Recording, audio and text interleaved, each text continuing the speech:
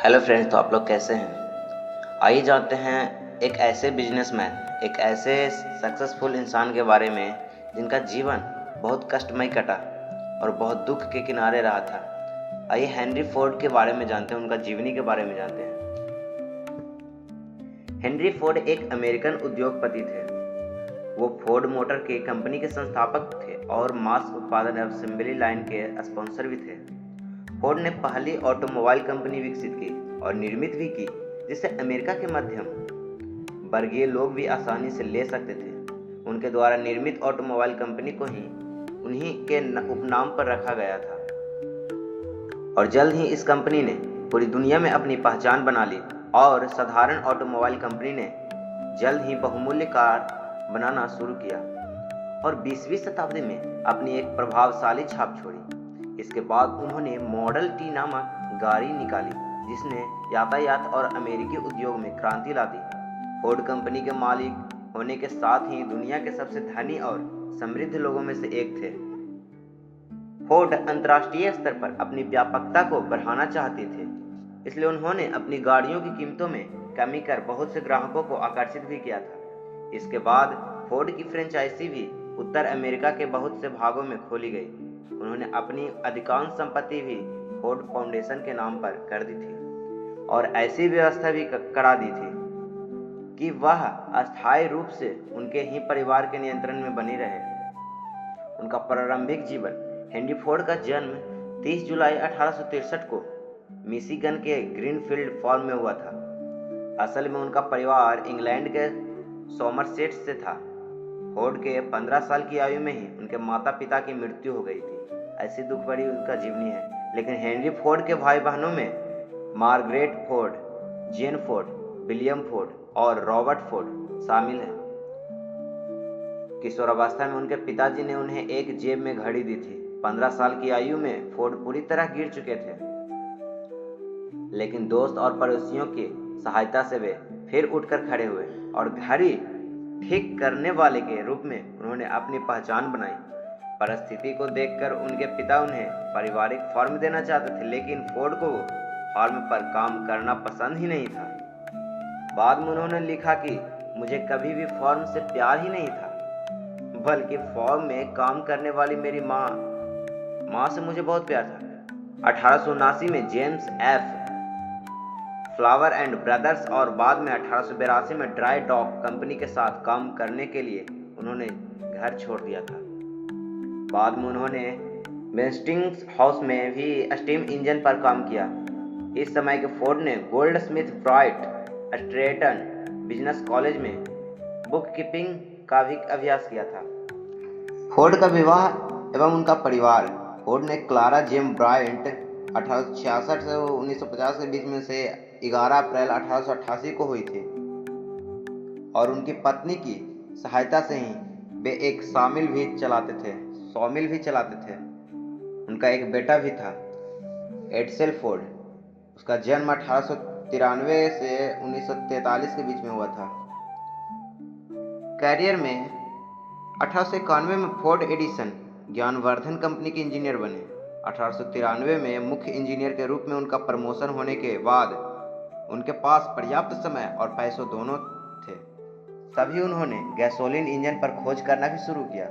उनकी यह खोज 1896 में पूरी हुई और उन्होंने एक गाड़ी का भी निर्माण किया, जिसका नाम फोर्ड क्वाड साइकिल रखा था। उन्होंने 4 जून को इसका सफल प्रशिक्षण भी किया। बहुत सी टेस्ट ड्राइव के बाद फोर्ड ने अपनी क्वाड साइकिल में बहुत से सुधार भी किए। 1896 में फोर्ड ने एडिसन के एग्जीक्यूटिव की मीटिंग भी अटेंड की। वहां उनका परिचय थॉमस एडिसन से हुआ था। वहां उन्होंने फोर्ड ऑटोमोबाइल के प्रोजेक्ट को सभी के सामने रखा। एडिसन ने उनके इस प्रोजेक्ट को सराहना भी दिया और फोर्ड के आकार और गाड़ी बनाने का काम भी 1898 में पूरा हुआ।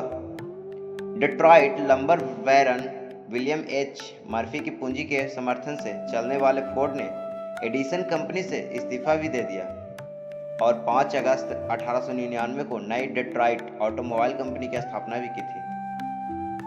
उस समय पहले कम गुणवत्ता वाली गाड़ियों के निर्माण में भी बहुत लागत लगती थी। इसी वजह से उनकी कीमत भी ज़्यादा होती थी। इसी वजह से इस कंपनी को सफलता नहीं मिल सकी और जनवरी 1901 में कंपनी खत्म हो गई थी। बाद में सी हैरोल्ड विल्स की सहायता से फोर्ड को फिर से डिजाइन किया गया, इसे पुनर्निर्मित किया गया और सफलतापूर्वक अक्टूबर 1901 में 26 हॉर्स पावर के साथ चलाया गया था।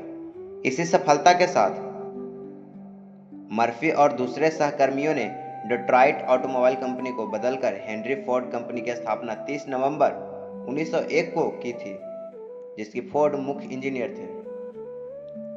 और 1902 में फोर्ड की कंपनी छोड़कर चले जाने के बाद मर्फी ने फिर से कंपनी का नाम बदलकर कैडिलैक ऑटोमोबाइल कंपनी रखा। 1902 में ही 8+ हॉर्स पावर के साथ फोर्ड ने साइकिलिस्ट कूपर के साथ मिलकर रेस 999 में जीत भी हासिल की। इसके बाद फोर्ड को अलेक्जेंडर व्हाय मलकोम्सो का समर्थन मिला, जो डेट्रॉइट के ही कोल डीलर थे।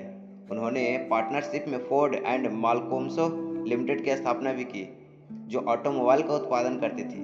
इसके बाद फोर्ड बहुमूल्य गाड़ियों के निर्माण और उन्हें डिजाइन करने में लग गए। इनकी रोचक बात यह है कि अल्दौस हक्सले के ब्रेव न्यू वर्ल्ड 1932 में फोर्ड्रिस्ट का आयोजन किया और तभी फोर्ड ने अपने पहले मॉडल टी का भी अनावरण किया। दूसरा यह है कि ओप्टन सिंक्लायर ने 1937 में फोर्ड की काल्पनिक कहानी का वर्णन अपने नॉवेल द फ्लीवर किंग में किया था। तीसरा यह है कि बहुत से ऐतिहासिक नॉवेल में फोर्ड का उपयोग किसी व्यक्तिगत चरित्र को दर्शाने के लिए भी किया गया था, जिसने मुख्य रूप से E.L. डॉक्टोरो का रॉक टाइम 1975 और Richard Faber of novel 3 farmer on the way of dance 1985 में शामिल है।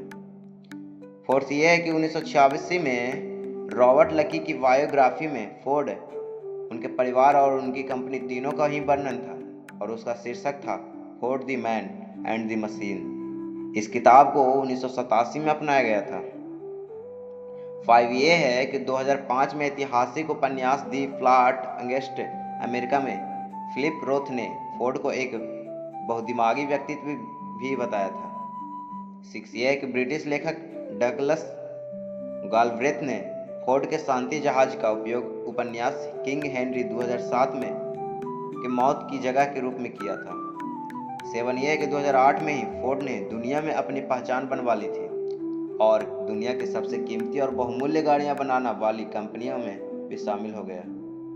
8 ये है कि 1946 में वे ऑटोमोटिव हॉल ऑफ फेम भी रह चुके हैं। 9 ये है कि समस्वर संगीतकार फ्रेडरिक ग्रोफ ने हेनरी फोर्ड के सम्मान में एक टोन कविता की रचना भी की थी। ऐसी थी फोर्ड की जीवनी। अगर फोर्ड की जीवनी आपको पसंद आया, हेनरी फोर्ड की जीवनी अगर आपको पसंद आया होगा तो लाइक और सब्सक्राइब करना ना भूलें। तब तक मिलते हैं नेक्स्ट वीडियो में इससे भी रोचक तथ्य में। तब तक के लिए धन्यवाद।